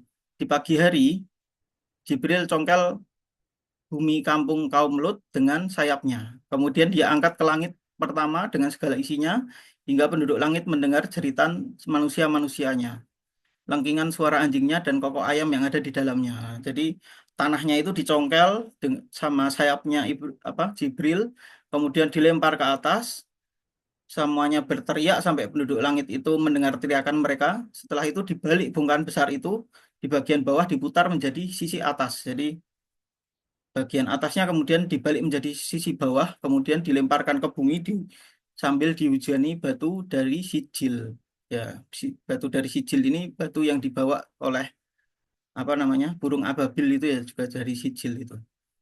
Qatadah mengatakan, sampai kepada kami bahwa Jibril mengangkat bagian tengah desa, kemudian dilemparkan ke langit hingga penduduknya langit mendengar gonggong dan salah anjing mereka, bagian-bagiannya pun saling menghancurkan. Itu. Makanya dalam Islam tuh kalau pemerkosa kan dihukum mati ya. Orang berzina juga kalau yang sudah muhsan, sudah menikah, itu juga hukumannya rajam. Nah, kalau pelaku LGBT, pelaku Sodom, kayak kaum Sodom, pelaku sodomi itu hukumannya apa?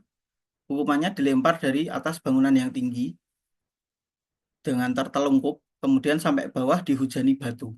Ya, seperti hukumannya yang Allah tetapkan ke kaum Nabi Lut. Itu kayak gitu hukumannya. Jibril ngangkat kampungnya itu, dilemparkan ke atas, kemudian dihempaskan ke bumi, kemudian dilempari batu-batu. Ya, begitu ngerinya ya hukum orang yang melakukan homoseksualitas itu. Ya, jadi hati-hatilah kita jangan sampai terjerumus ke hal-hal yang demikian.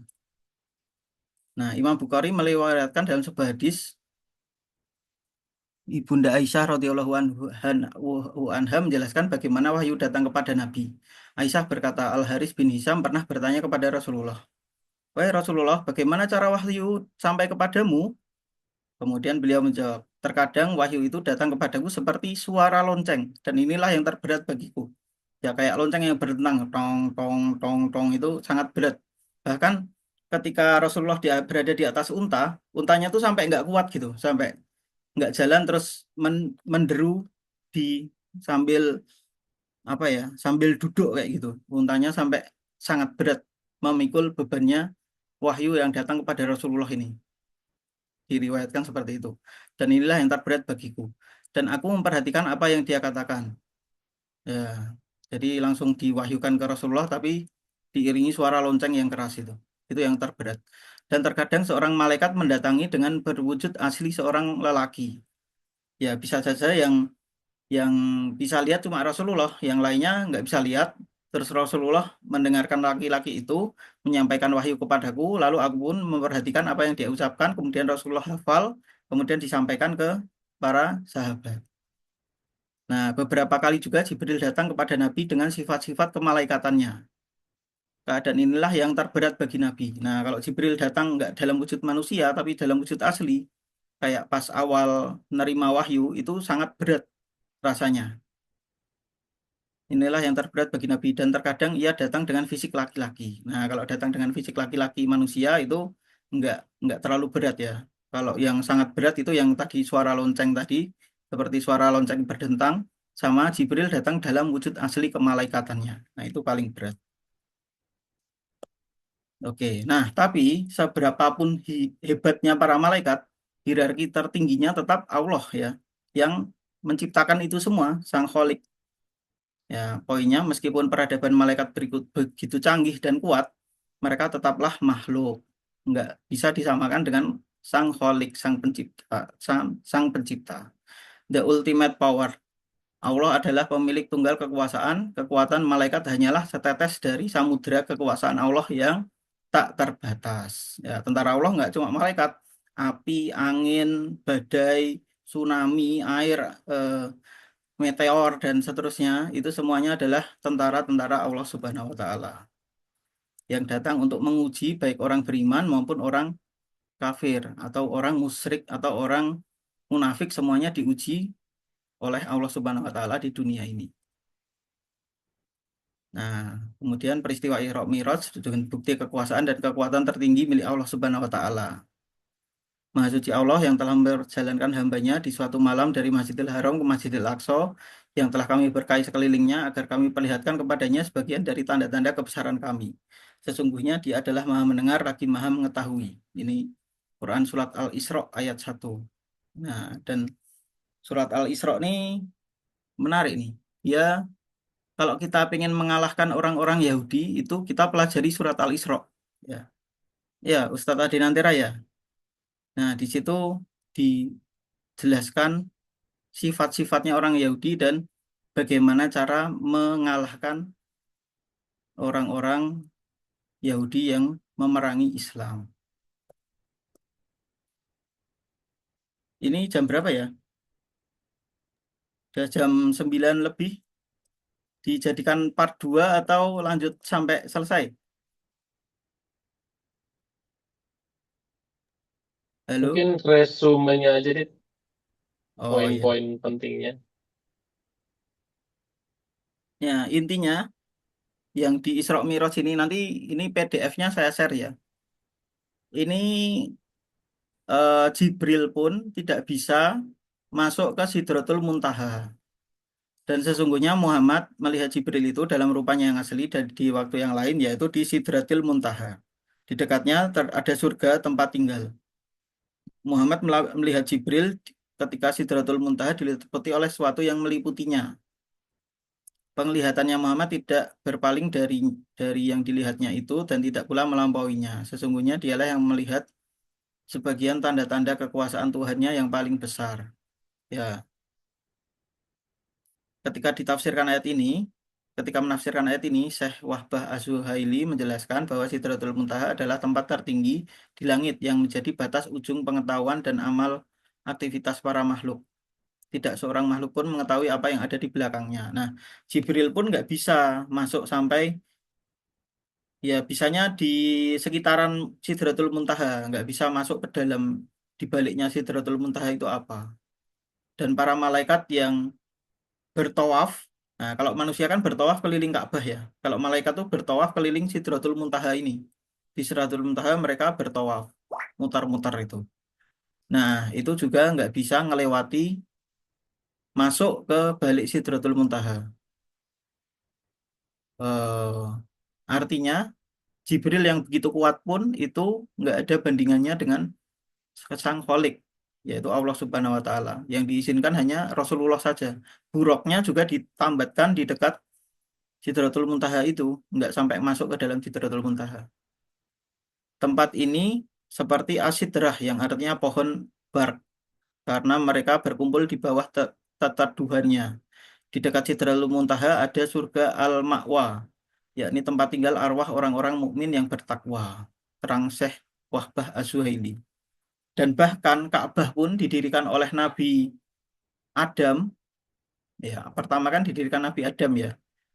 Itu terinspirasi dari Sidratul Muntaha. Ya, tadi aku mendengar penjelasannya di YouTube sebentar. Jadi ketika di surga itu Adam bisa lihat Sidratul Muntaha. Malaikat-malaikat tuh bertawaf mengelilingi itu di bawah Sidratul Muntaha. Kemudian minta izin sama Allah, ya Allah, aku ingin membuat yang serupa di bumi ini gitu. Boleh enggak? Ternyata Allah izinkan, kemudian dibuat di Ka'bah itu. Jadi Ka'bah pertama bukan dibangun oleh Ibrahim, tapi yang lebih awal lagi dibangun oleh Nabi Adam untuk apa ya? Biar ibadahnya itu bertawaf itu seperti yang dia lihat di Sidratul Muntaha.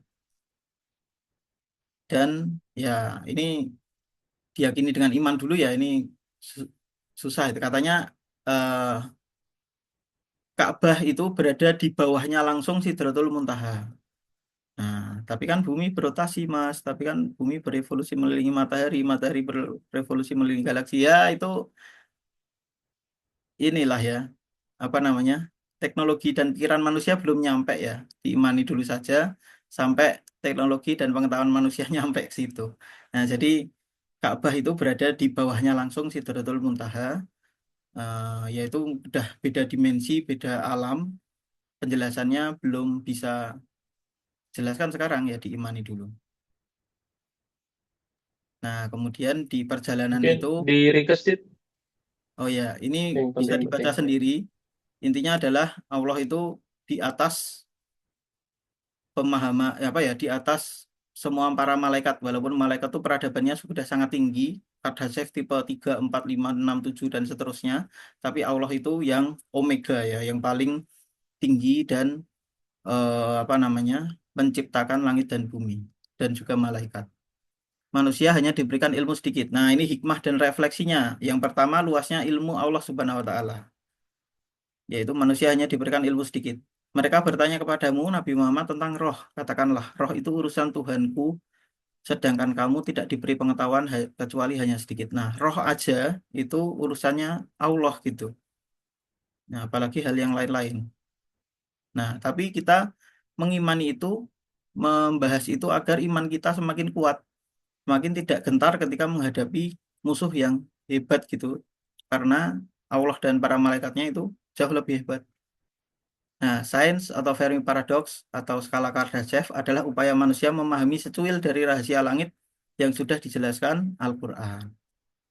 Kemudian hikmahnya yang kedua, jangan gentar terhadap musuh. Nah, ini penting nih, hikmah dan refleksi. Apalagi sekarang kita lihat, nah, Iran versus Israel Amerika. Israel Amerika teknologinya secanggih itu. Nah, tapi kita nggak gentar ya, karena kalau kita benar, kita di sisi yang benar, maka Allah berada di pihak kita, maka para malaikat yang teknologinya jauh melampaui Israel dan Amerika dan negara manapun, melampaui Dajjal, melampaui Ya'juj Ma'juj, itu bisa menolong kita sewaktu-waktu. Kan kita diminta sabarnya cuma sebentar ya, cuma sampai kita mati. Ya. Dan hidup itu kan cuma sebentar juga, seperti mampir minum ya, kaya mampir ngombe. Jadi jangan gentar. Teknologi manusia seberapapun canggihnya, AI, nuklir, senjata laser, dan lain-lain, rudal hipersonik dan seterusnya, tetaplah teknologi yang dimensi rendah. Nggak ada bandingannya dengan teknologinya para malaikat dan dengan kekuasaannya Allah Subhanahu wa Ta'ala. Jangan takut pada musuh yang merasa superior secara teknologi, karena backup kaum muslimin adalah Allah dan pasukan langitnya yang jauh lebih canggih. Ya, seperti itu. Hikmah dan refleksinya. Hikmah dan refleksi ketiga, kehidupan dunia adalah panggung amal. Kehidupan di dunia ini adalah panggung pertunjukan siapa yang amalnya paling baik. Ya. Bahkan di Al-Quran dijelaskan, kalau Allah pengen seluruh manusia langsung beriman gitu, nggak ada yang berbuat jahat lagi, semuanya menyembah Allah dengan soleh dan nggak berbuat kesalahan. Itu bisa, tapi itu bukan tujuan Allah menyelenggarakan panggung dunia ini. Ya, panggung dunia ini tujuannya adalah untuk melihat siapa yang paling baik amalnya, siapa yang beriman, siapa yang kafir, siapa yang mendustakan, siapa yang mengimani, siapa yang berjuang, siapa yang malas-malesan, siapa yang apa namanya, memperjuangkan agama Allah, siapa yang mengejek agama Allah, siapa yang malah menghalang-halangi manusia ke jalan Allah gitu. Siapa yang berjuang mati-matian di jalan Allah. Nah, ini panggung pertunjukan kita gitu, panggung amal kita. Maka beramalah sebaik mungkin dan jangan gentar akan ujian, karena hidup seseorang di dunia hanyalah sampai kematian. Namun kita juga harus optimis untuk membangun peradaban jangka panjang dengan Islam yang rahmatan lil alamin. Jadi kalau ada pepatah mengatakan kalau kita memikirkan kehidupan dunia seolah-olah kita hidup 1000 tahun lagi atau hidup selama mungkin. Tapi kalau beribadah kita harus membayangkan kita mati besok pagi sehingga ibadah kita sangat khusyuk seperti itu. Nah, ada hubungannya dengan itu, kata itu. Kemudian terakhirnya, langit yang 7, bumi dan semua yang ada di dalamnya bertasbih kepada Allah Subhanahu wa Ta'ala. The end of presentation. Oke, sampai di sini. Ada pertanyaan dari teman-teman? Oke, terima kasih. Cukup panjang ya materinya, tapi Ya, cukup panjang. eh, apa banyak hal-hal yang apa ya refleksi-refleksi yang sangat dalam begitu. Mulai tadi dari Isra Mi'raj, lalu apa membahas tentang 7 lapis langit itu apa sih, bahkan sampai apa sih angka 7 begitu ya. Terus bahas teori kayak Fermi Paradox dan Kardashev Scale dan lain-lain. Insya Allah. Sampai juga apa tentang perang Badar ya tadi disinggung. Dan juga Isra Mi'raj. Dan mengingat materi dari Ustadz Ataka 2 minggu lalu, kayaknya memang pertanyaan Radit itu adalah bridging menuju ke materi ini. Gitu, ya. Iya, iya, iya. Apakah meyakini ada makhluk yang lebih tinggi teknologinya daripada manusia adalah syirik? Betul. Ya, Oke, ya, kalau gitu malaikat ya. untuk mempersingkat, kita buka pertanyaan mungkin dari teman-teman. Ada yang mau bertanya? Sudah pada Atau ini ngantuk atau gimana nih? terlalu overwhelmed? Wah, mungkin nanti kalau Overwhelmed. overwhelmed bisa dibaca lagi ya materinya, karena tadi sudah Mas Radit juga sudah ikhlas untuk disebar begitu materinya. Ya, yang bentuk Nanti PDF ya, bisa biar tanya. nggak diubah-ubah. Nanti kalau yang PowerPoint ditambah dikurangi pakai nama aku repot ya nanti. Yang Tuh, PDF ada itu. pertanyaan kok desain slide-nya bagus. Oh, ternyata yang nanya adalah yang desain kelihatan. Oh, slide-nya bagus. Ya, ini ya. Kalau terakhir film itu kan ada kreditnya ya. Nah, ini kreditnya saya itu ide awalnya. Kemudian yang meringkas materinya, yang menata kata-katanya itu Mustafa ya, Mas Mustafa. Kemudian yang nyari apa desain-desainnya, yang nyari ilustrasinya itu Mas Adinantera. Nah, kemudian yang desain PPT-nya itu Mas Ahmad Fauzi. Wah, jadi ini karya bareng-bareng ini ya, PPT ini ya. Oh, sama AI. Mungkin kalau belum ada yang Iya, sama bertanya, AI. paling nggak ada satu pertanyaan dariku, Dit. Boleh ya? Boleh, boleh.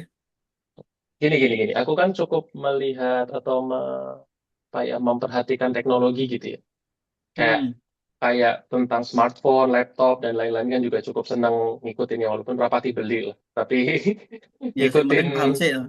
iya betul. Nah, kalau kesininya kan kita dunia kan lagi berlomba-lomba untuk kecil-kecilan ini ya, ukuran nanometernya prosesor ya. Hmm, Jadi kalau sekarang tuh kayak Qualcomm gitu, Snapdragon ngeluarin udah dari tahun lalu sih masih sama Snapdragon 8 Elite Gen 5 yang sekarang itu masih di 3 nanometer. Nah, tiba-tiba Samsung tuh ngeluarin hmm. Exynos-nya yang prosesor yang sering dipandang sebelah mata gitu. Ternyata tahun ini ngeluarin yang 2 nanometer. Jadi semakin lama tuh semakin kecil gitu. Mengejutkan ya. Ya, nah aku tuh sempat mikir, apakah kalau semakin tinggi peradaban, kan kalau semakin rendah, semakin kecil ukurannya gitu, nah prosesor itu kayak Exynos tuh pasti lebih irit daya dan lain-lain. Nah, Hmm, apakah jangan-jangan ini, Kardashev Scale itu keliru gitu, memahami bahwa ternyata semakin tinggi itu malah semakin kecil gitu. hmm, Jadi ya, peradaban tuh sengaja, oh kita mengecil aja biar kita jadi lebih lebih apa ya, lebih efisien.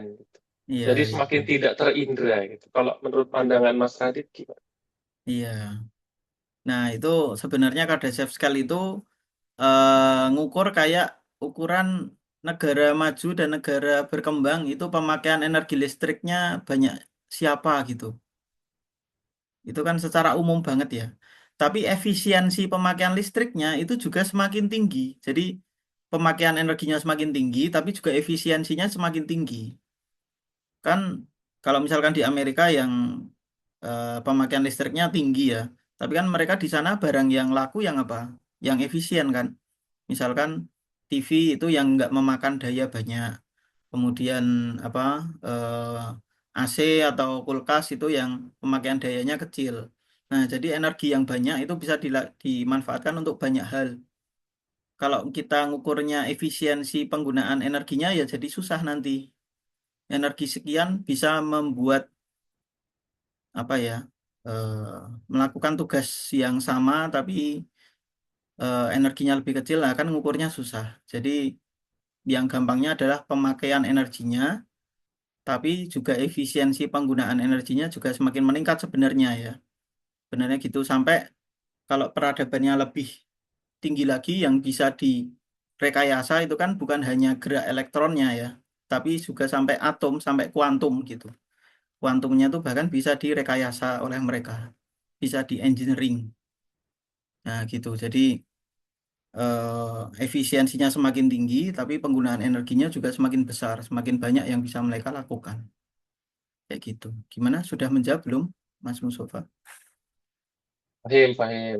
Kurang lebih ya ngerti jawabannya. Mm-mm, gitu. Jadi bahkan kalau yang peradabannya tinggi sampai kuantum ya, dia memanipulasinya, merekayasanya itu nggak cuma atom-atom yang disusun sebagai chip saja, tapi sampai atomnya, kuantumnya itu bisa direkayasa. Nah, tapi semakin banyak yang ingin dilakukan kan, semakin banyak yang pengen nge-terraforming planet gitu. Nah, kan energinya banyak banget ya. Jadi Mars biar bisa ditinggali, Venus biar bisa ditinggali, Titan biar bisa ditinggali, Europa satelitnya, satelitnya Jupiter biar bisa ditinggali. Itu kan butuh energi yang banyak. Kayak gitu. Terima kasih. Apakah ada pertanyaan lain dari teman-teman sekalian? Maksimal kita masih ada 7 menit maksimal sampai 21.30. 7 menit. Kalau belum ada pertanyaan, aku pengen nayangin ini. Ada video menarik. Semoga suaranya masuk ya. Boleh, boleh.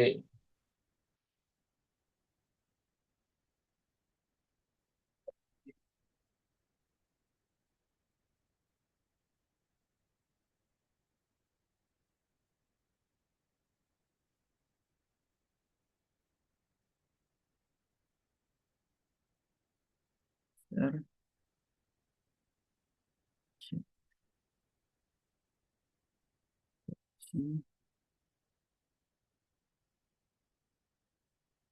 Engineering Earth atau Life Beyond 4 dulu terus baru Engineering Earth ya.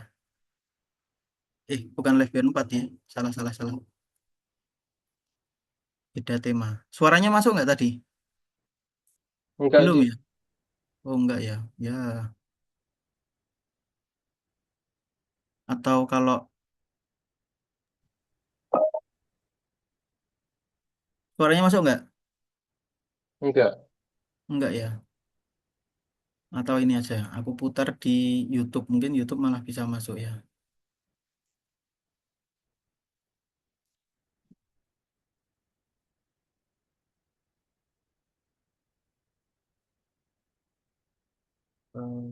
Life Beyond. Bukan apa? Melodi. Sip.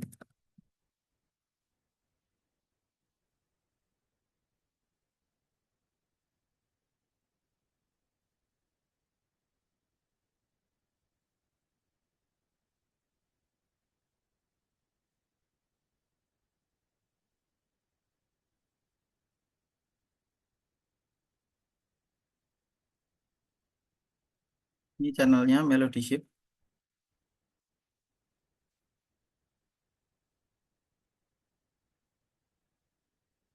Asteroid Strike Back video. Tinggal 5 menit tapi Oh, 5 menit ya. Berarti satu video aja. Official trailer. Nah ini. Semoga masuk suaranya. Masuk nggak? coba di play. Oh iya, masuk. Alhamdulillah. Ini 5 menit ya. Berarti bisa 2 video. Tapi ya sudahlah, ini aja. Nanti biar penasaran lihat Iya, sendiri di leadership ya. soalnya perlu penutup juga, Di. Iya, nih penutupnya ini aja nih.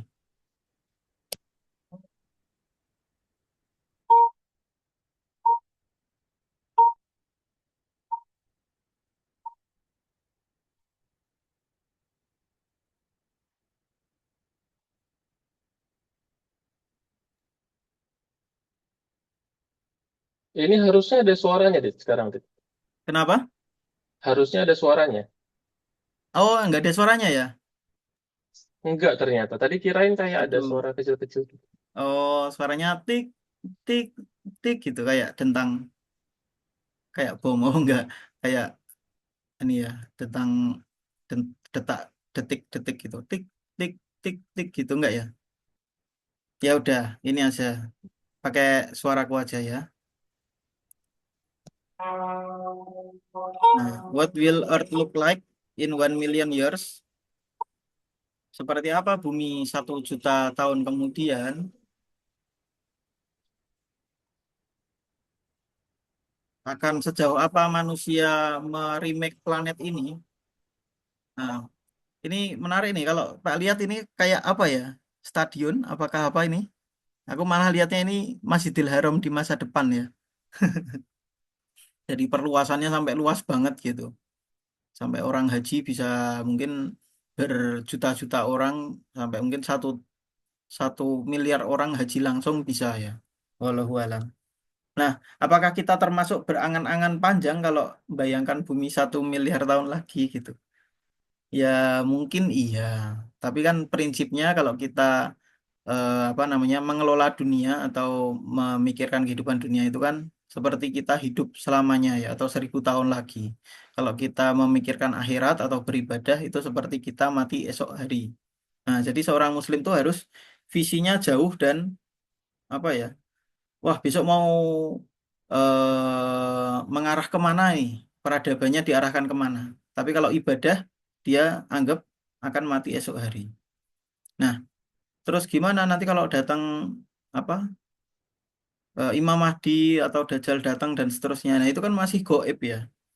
Bisa saja datangnya sebentar lagi, bisa saja datangnya tahun depan, atau bisa saja datangnya 1000 tahun lagi, atau bisa datangnya 1 juta tahun lagi. Ya, wallahu alam. Walaupun akhir zaman ya, akhir zaman ya zamannya Nabi Muhammad pun udah disebut akhir zaman.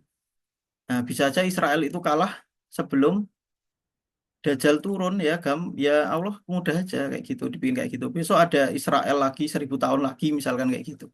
Atau Dajjal turunnya kan dari Isfahan ya, bukan dari Tel Aviv ya. Nah, jadi mungkin peta dunia waktu itu kayak gimana gitu.